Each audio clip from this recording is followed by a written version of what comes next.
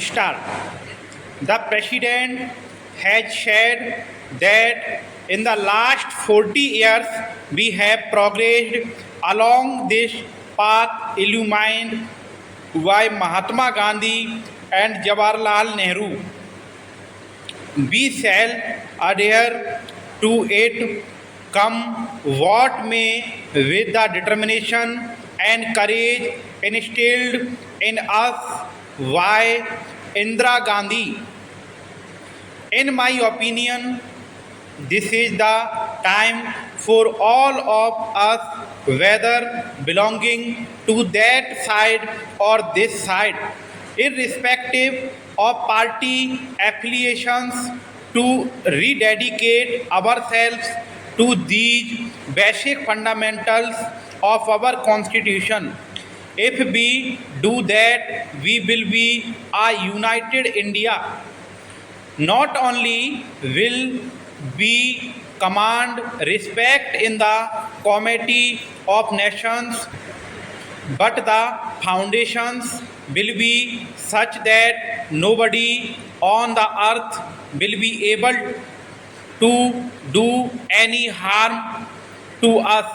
I have one thing to say that our country is a continent, and in this continent we have faced this year one of the severest droughts in 100 years. It is the prudent policy of having accumulated buffer stocks that, in spite of setbacks that we have experienced, there has not been any starvation death. This is attribute to the ingenuity of our policy of having created the buffer stocks. To my mind, there are one or two gray areas.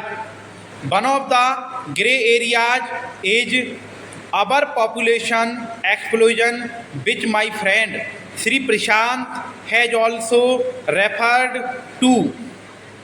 We may be doing what we are doing, for instance, 20 million acceptors of contraceptives and other things we have produced, but we have not evolved a national consensus on this issue.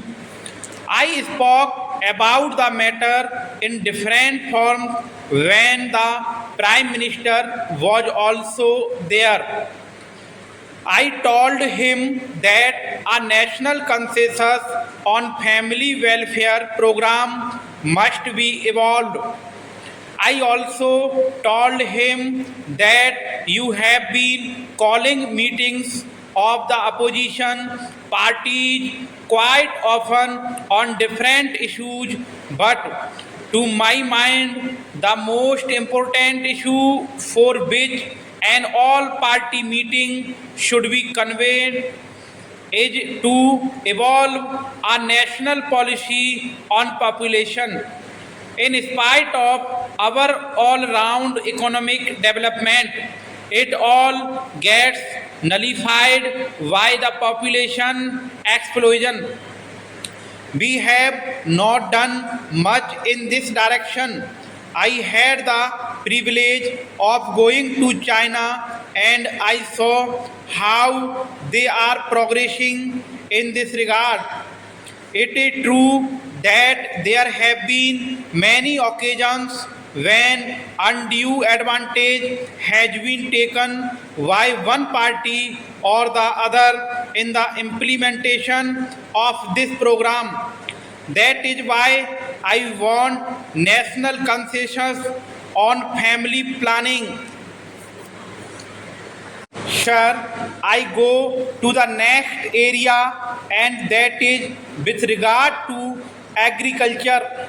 The agriculture minister has started in a conference the other day that in spite of drought, he has fixed a target of 175 million tons of food grains for the current year. That is a good idea, but the important thing to which the President has referred is the need of increase in the production of oil seeds, and to this I add pulses. I want the government to give special attention to the production of these things because edible oils and pulses are the common man's need in India, and we are having shortage of pulses and edible oils, and we are importing these in a very large quantity.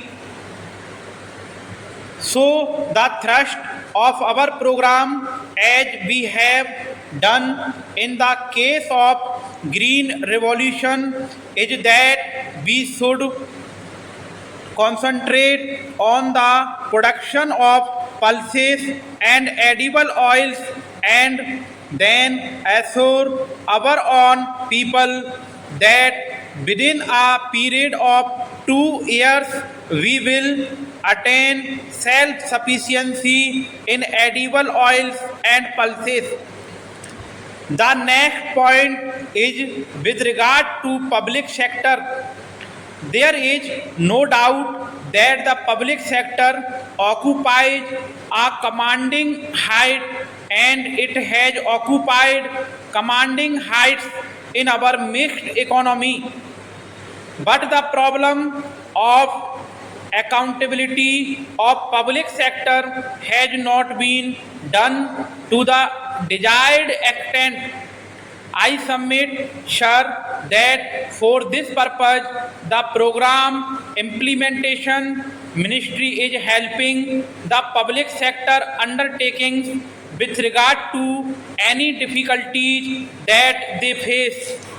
In that ministry, on or before 5th of every month, they get a report from the particular undertaking with regard to the difficulties that they face in manufacturing or marketing or finance or any other thing, and the program implementation ministry sees to it that these difficulties are removed.